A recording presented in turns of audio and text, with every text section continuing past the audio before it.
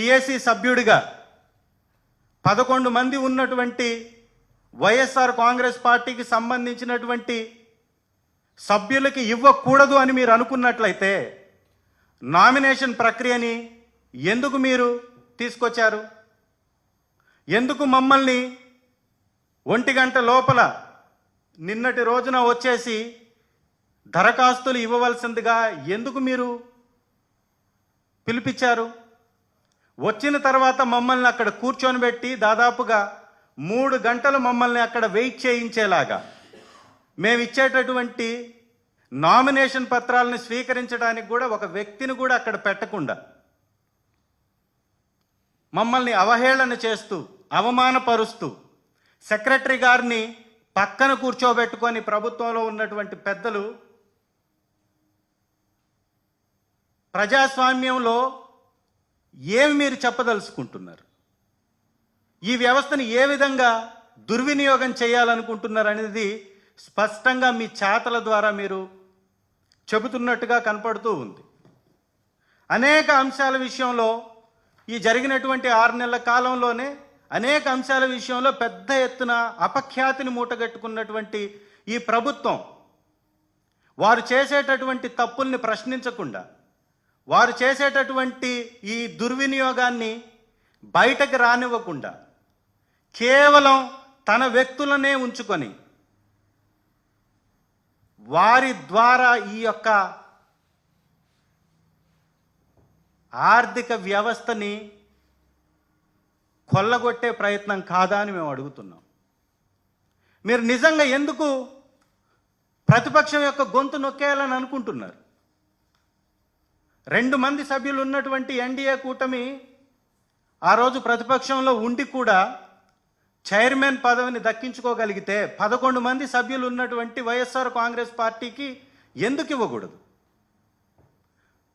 Telugu Desam party రీసెంట్గా 23 సీట్లు దక్కించుకున్నప్పుడు 5 మంది సభ్యులు ఆ పార్టీ నుంచి పక్కకు వైదొలిగినా కూడా పిఎస్సి చైర్మన్గా మేము అవకాశం ఇచ్చాం. పయ్యావుల కేశవ్ గారు ఆ రోజు పిఎస్సి చైర్మన్గా వ్యవహరించారు. వారే ఇవాళ ఆర్థిక మంత్రిగా ఉన్నారు. సో ఆ రోజు మేము ఎలక్షన్కి కానీ వెళ్ళినట్టయితే, ఓటింగ్కి వెళ్ళినట్టయితే మీకు చైర్మన్ పదవి దక్కేదా? ఆ రోజు మేము హుందాగా వ్యవహరించాం. ప్రజాస్వామ్యబద్ధంగా ప్రజల వైపున నిలబడి మాట్లాడేటటువంటి ఒక వ్యవస్థగా దాన్ని గుర్తించాము కాబట్టి, గౌరవించాం కాబట్టి ఆ అవకాశాన్ని ప్రతిపక్షానికి ఇచ్చాం. ఈ రాష్ట్రంలో ప్రతిపక్షం అంటూ ఇప్పుడు ఉన్నటువంటి ఏకైక పార్టీ వైఎస్ఆర్ కాంగ్రెస్ పార్టీ.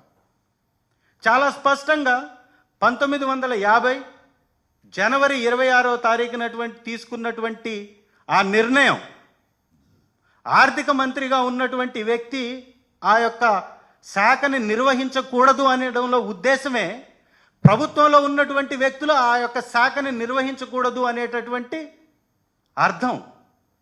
అంటే మీరు చేసేటటువంటి తప్పుని మీ వ్యక్తి బయట పెడతాడా? చంద్రబాబు నాయుడు గారే చేసే తప్పుని చంద్రబాబు నాయుడు గారికి సంబంధించినటువంటి ఎమ్మెల్యే ఎమ్మెల్సీ బయట పెడతాడా?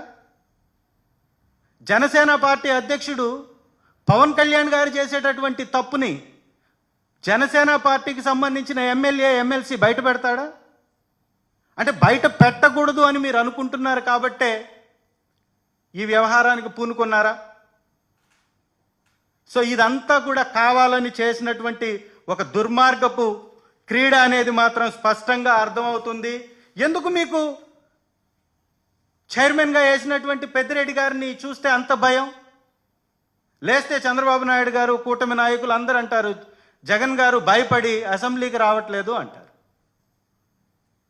నిజంగా మీకు ధైర్యం ఉంటే పెద్దిరెడ్డి గారిని చూస్తే ఎందుకంత భయం?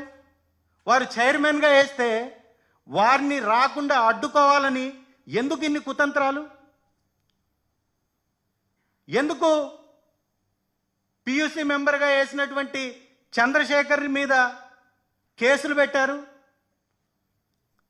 ఎందుకు చంద్రశేఖర్ని చూస్తే చంద్రబాబు నాయుడు గారి కుమారుడికి భయం వేస్తుంది?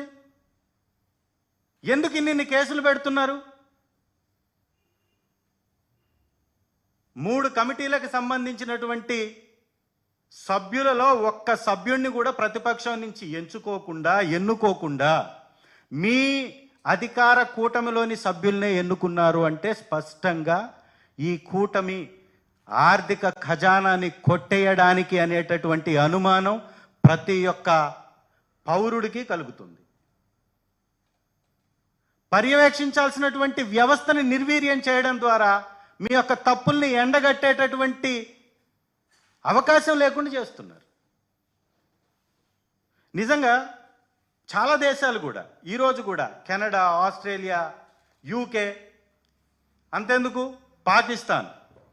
పాకిస్తాన్లో కూడా ప్రతిపక్షం నుంచే పిఎస్సి సభ్యుడు చైర్మన్గా ఎన్నుకుంటారు. ఎందుకు ఈ ప్రక్రియని వారు ఎన్నుకుంటారంటే ప్రశ్నించేటటువంటి గొంతు ప్రజల పక్షం నుంచి ఉండాలి. ప్రజాపద్దుల కమిటీ ఇది, పేరులోనే ప్రజలు ఉన్నారు దీనిలో. ఇవాళ మీరు ఆ పేరులో ఉన్నటువంటి ప్రజల్ని దూరం చేస్తున్నారు ఈ కమిటీకి. పక్కనున్నటువంటి బంగ్లాదేశ్లో కూడా ఇదే వ్యవహారం నడిచేది. రీసెంట్గా తాలిబాన్లు ఎప్పుడైతే రూలింగ్లోకి వచ్చారో, తాలిబాన్లు వచ్చిన తర్వాత మాత్రమే వారి యొక్క పిఎస్సిని ప్రతిపక్షానికి ఇవ్వడం మానేశారు. అక్కడ తాలిబాన్లు ఇవ్వకపోతే ఇక్కడ తెలుగు తమ్ముళ్ళు ఇవ్వకుండా మానేస్తున్నారు. అంటే మీరు కూడా తాలిబాన్ సాగించినటువంటి పరిపాలననే సాగించాలనుకుంటున్నారా? ఈ రాష్ట్రాన్ని మీరు మరో పాకిస్తాన్ గానో ఆఫ్ఘనిస్తాన్ గానో తయారు చేయాలనుకుంటున్నారా? ప్రజాస్వామ్యాన్ని ఖూనీ చేయాలని అనుకుంటున్నారా? ప్రజల పక్షాన పోరాడేటటువంటి గొంతుని లేకుండా నొక్కేయాలని అనుకుంటున్నారా? ఇదే మీ విధానమా? ఇదే మీ రాజకీయ నీతియా? ఇదే మీ యొక్క పార్టీల యొక్క హుందాతనమా? ఇవాళ మీరు తీసుకున్నటువంటి ఈ పదవి, మీరు మాకు రాకుండా చేసినటువంటి ఈ యొక్క పదవి ప్రజల కోసం మాత్రమే మేము అడుగుతున్నాం. మీకు ఇన్ని పదవులు పెట్టుకొని, ఈ విధంగా ఇంతమంది ఎమ్మెల్యేలని పెట్టుకొని, ఇంతమంది ఆర్థిక మంత్రులు